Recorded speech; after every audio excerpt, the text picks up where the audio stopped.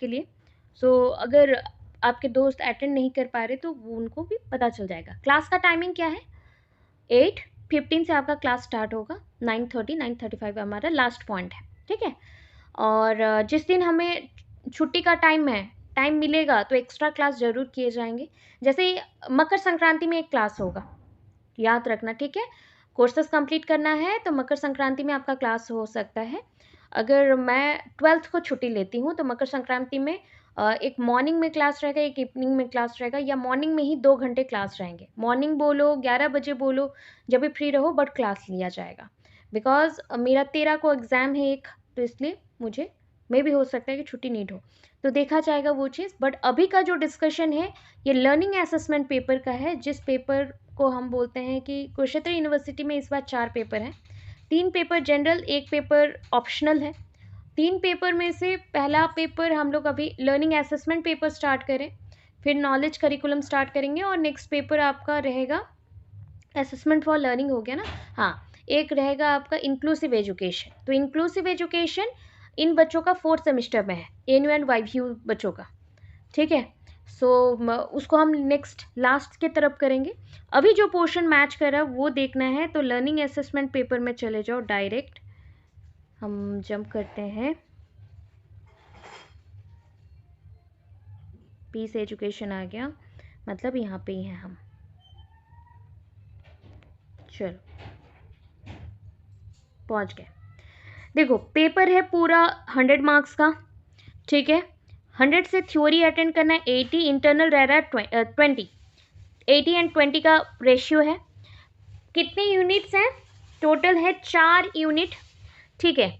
आपके यूनिट्स में क्या क्या है वो देखो, और फर्स्ट सेमेस्टर में पढ़े थे कि नहीं वो भी बोलना, ठीक है।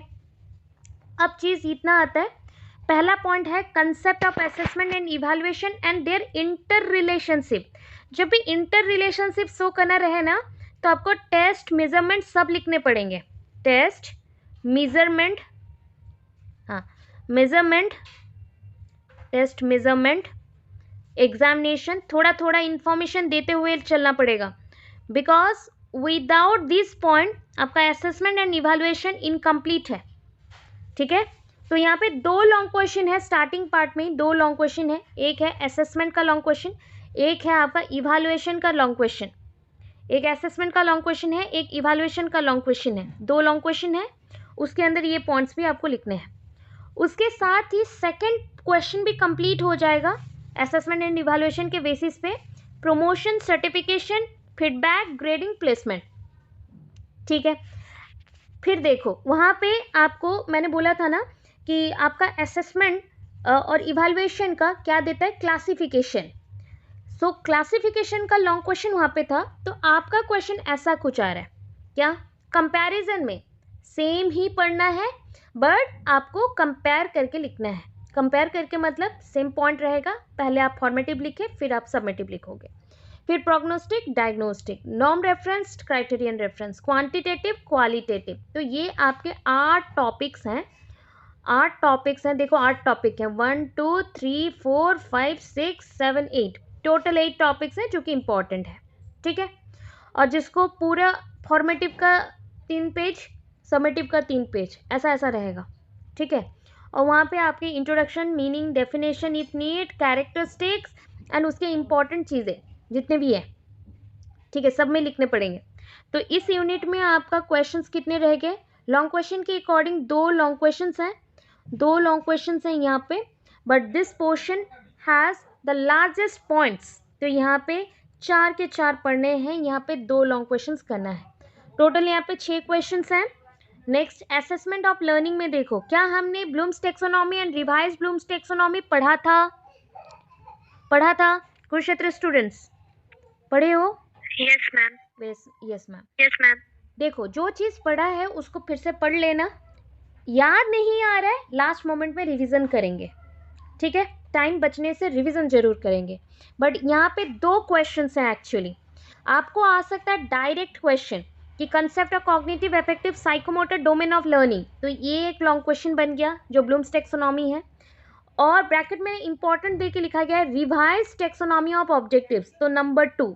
आपको आंसर मैंने दिया था कि मतलब आपका ब्लूम्स टैक्सोनॉमी के साथ लास्ट में बस चेंजेस जो है मतलब कंपेयर करके आप रिवाइज लिख देना 2 पेज में, आपका एंड हो जाएगा पूरा आंसर, वो चाहे ब्लूम्स टैक्सोनॉमी हो या रिवाइज्ड हो।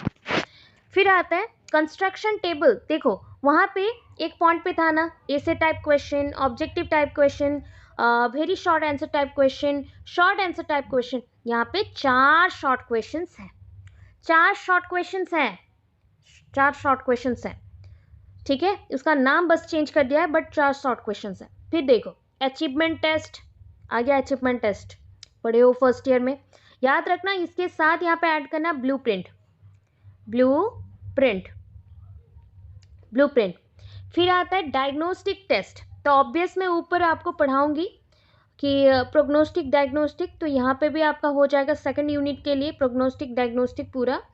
देन यहाँ पे देखो शॉर्ट क्वेश्चन, तो जो short questions ANU and YVU student के थे just like assignment, project, performance नहीं था, सो मिल रहा है, ठीक है। इतना पोर्शन कंप्लीटली उनके साथ मैच करता है, हो जाएगा। अब थर्ड यूनिट में आते हैं असेसमेंट प्रोसेस एंड टूल्स। हमने पढ़ा था सीसीई पढ़ा है, तो सीसीई का क्वेश्चन आ गया है यहाँ पे।